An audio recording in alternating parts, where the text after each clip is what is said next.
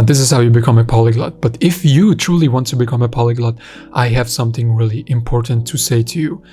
The language learning community on YouTube has become so toxic. Let me tell you why. When I was around 17 or 18, I started learning languages. I started studying Spanish, right? When I went onto YouTube, I was looking for YouTubers to give me tips and all of that. And the language learning community was something really special at the time. It was just positive. Whenever you commented somewhere that you just started learning a language or that you're having trouble and all of this, the feedback was always so positive. What do you have now? Like on one side, you have these gurus trying to sell you a course where they say, you know, you can reach fluency in 7 months or 7 weeks or whatever it is. And then on the other hand, you have these people who are taking it so seriously when they see somebody talking and they make a few minor mistakes. They say, like, you don't even speak that language. How can you say that you speak that language? Now, this is a very toxic environment. It wasn't like that back then.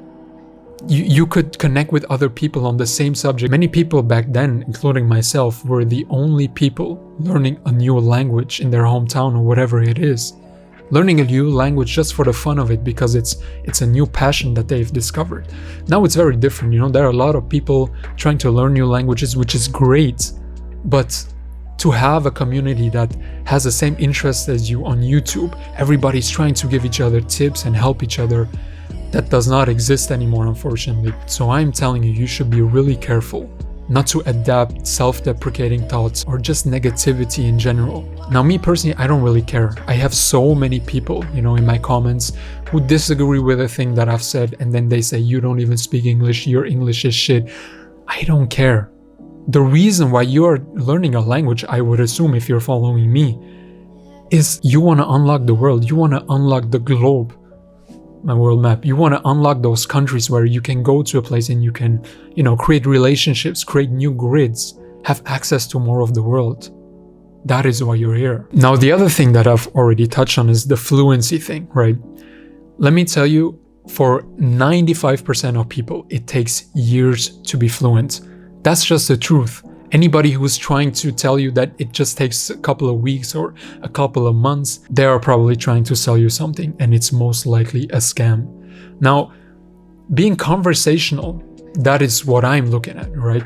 Being conversational, where you can go to a place and you can make friends, build new connections. This is what I'm looking for, because I have gotten fluent in English and French, right? German is my native tongue, and all these other languages that I speak, I don't really care to be fluent in them because it takes years to be fluent. It takes years, but it takes months to be conversational in a language. Now, being fluent and conversational is very different, but being conversational gives you the ability to create new social circles, to get access to different countries. So this is my message to you.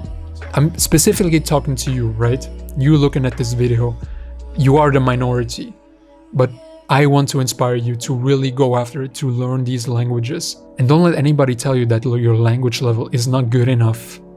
Blend these people out of your life. I'm telling you, nobody in real life is going to tell you, like, how are you coming to my country and not even speak at a B2 level? That's just ridiculous. All right. So you don't need to be fluent to be able to speak a language, right? You need to be conversational. You need to be able to connect with people on different topics. So how should you actually learn a language? I'm telling you, the most important thing is that you're able to talk to people as quickly as possible. So what does that mean in practice? It's just 2 words.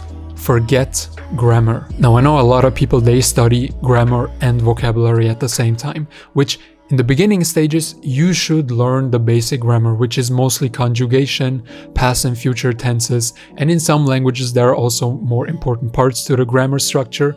But conjugation and tenses, like past, present, and future tenses, those are the things that you need to learn. But then put all of your effort into vocabulary, because if you make grammar mistakes, then you can still communicate with people, right? Let me make you an example. Tener is to have in Spanish, right? And then if you learn the conjugation, then you know that the first letter ends with the letter O, right? So tener should become teno, right? But that's not the case because tener is an irregular verb. So teno becomes yo tengo. But here's the thing. You people think you need to learn all of that, but you don't, because if you go out into the real world where people actually talk to you, like from human being to human being, then they will understand you first, and then you'll be corrected. They will say to you, no, it's not tengo, it's tengo, yo tengo. So you automatically have the context behind it, and now you know it is not yo tengo, it is yo tengo. That is why you should not focus so much of your time on learning grammar structures and sitting in front of a language learning book or the computer for like 90% of the time. Learn vocabulary and then straight up try to use the vocabulary in a real life scenario. That is actually also how you do pick up the grammar without even studying. Now, of course, if you want to become fluent, then at some point you will have to tackle that grammar. That will take a lot of time and a lot of investment. I only did this with English and French, but it will still take much less time to become fluent if you get to the conversational level as quickly as possible. Because then you can immerse yourself, then you can start to understand series or songs and all of that. And then you'll hear that people don't say tengo, for example, they say yo tengo. And then through context, because you understand the other words, you will know what the grammar structure is like, right? Even though you will have to study grammar to become fluent, you'll still be able to pick it up just like a baby would, right? Just like living in a country would. And if you do this, you can become conversational in a few months, and then you can already appreciate the language and you can already see how that language benefits you.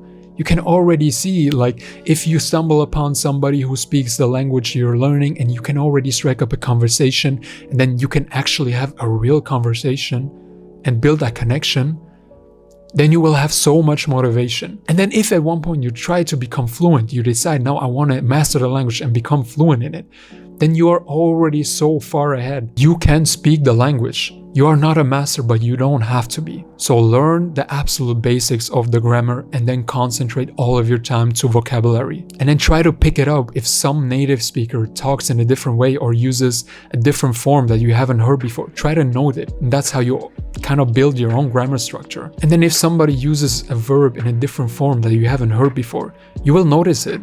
And then once you decide to study the grammar, everything will make sense because you've heard it all before. Your mind, your ears, they have heard these words. So if you know what these words actually mean, it is already registered. By the way, this channel is all about immersing yourselves into different cultures around the world, have access to the world by learning languages really quickly, not to a fluent level, to a conversational level. You'll have access to a whole community, a lot of courses, and personal guidance from myself. So there's a discount for the first 10 people if you want to take advantage of it. Link is in the description. Alright, so what about my languages? I know a lot of people, they have already skipped to that section of the video, which is fine. These are not the people that I'm talking to. I'm talking to you specifically who has watched the whole video. This is what my channel is about. Alright, so you know, there's a lot of ways to say how well you speak a language.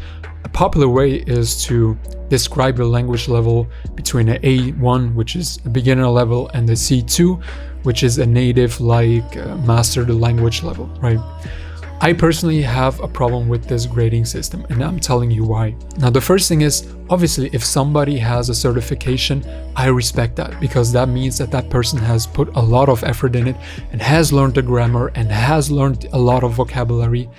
This is not my problem, but I don't think you or anybody needs this as a validation of being able to speak a language. I think real life conversations and real life people who you meet and while speaking that language, this is the real feedback that you need. You don't need a piece of paper, right, to validate that.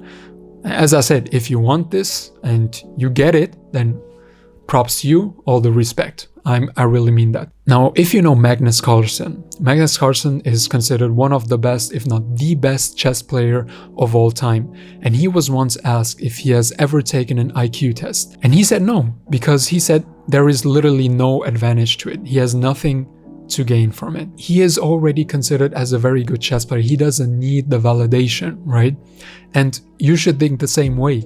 If you feel like you speak the language, what if you take the test and you didn't learn the right things, you didn't study the grammar, even though it gives you all these benefits of the world where you can create friends from all around the world? Imagine if it's an A1, right?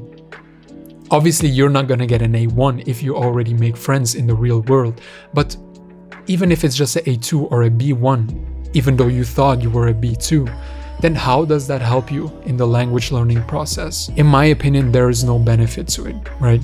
And that's why I haven't taken these language tests, I'm gonna be honest, right? Because the real life experience that I have, this is the real feedback.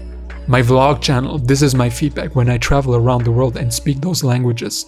Do people really interact with me? Do people create a connection with me? This is my number one testimony for myself, not to prove anything, for myself. Now, just for the purpose of the video, I am gonna rank my languages on this system, but as I said, my opinion of this system, I don't really like it, but here it is. So German is my native tongue, so obviously I'm fluent in it. English, I would say that I'm at a C2 level because yes, I make mistakes, especially in front of camera, but I also make mistakes in German, which is my native tongue. French I would consider to be at a C1 level because I can understand rap songs. I can go anywhere in France or the French-speaking countries and have fluent conversations about difficult topics. I had a girlfriend who I only spoke French with. Then Hindi is a bit of a tricky one because, you know, I speak it fluently, but I use English words. So I don't have such a great vocabulary in the Hindi language itself. But the thing is, in India, I am communicating fluently with all the people there, and they themselves, they use English words. Now, it is on my bucket list actually to really improve my Hindi because I am partly Indian and I really want to become fluent in Hindi at some point in my life. So I would say I'm at around a B2 level. But if you are very strict about only using Hindi words, I will probably be at a B1. Now, Spanish is the first language that I've actually studied, right? That was back in 2018, 17, or around that time. And I used to be really conversational. I would say at around a B1 to B2 level, somewhere in the middle. And now I'm probably at a B1 level because I've never used it. Russian, I would say I'm at an A2 level because Russian has really difficult grammar, especially with the cases. Now, I completely ignore the cases, right? I butcher the language in that sense, but I am still able to make friends. You know, when I was in Kazakhstan, I made friends just by speaking Russian. It was hard with an A2 level or whatever level I am, but I would still be able to manage, you know, creating social circles, which I mean, I already did, right? Then Portuguese is also kind of a tricky one. I used to be conversational, but I used to study the language at around 2021 or 2022. But the problem with Portuguese is that I've just never used it outside of, you know, my language partners or, you know, studying it. I've never really had the opportunity to really go somewhere and engage with locals speaking their language. Although, you know, it helps me through my Spanish, but I would say I was at a B1 level, but at this point in time, I really cannot say. So this is basically it. If you have any questions or you want to say something, the comments are open for you. I'll try to respond every one of them if it's possible. And yeah, I wish you all the best. Don't give up on your language learning.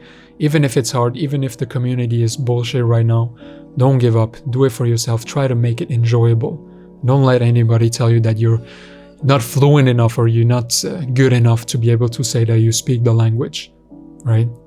So this is what my channel is about, to unlock the world, through different various tools, and language is one of them, all right? So always remember, blend in, stand out, and belong anywhere. Take care.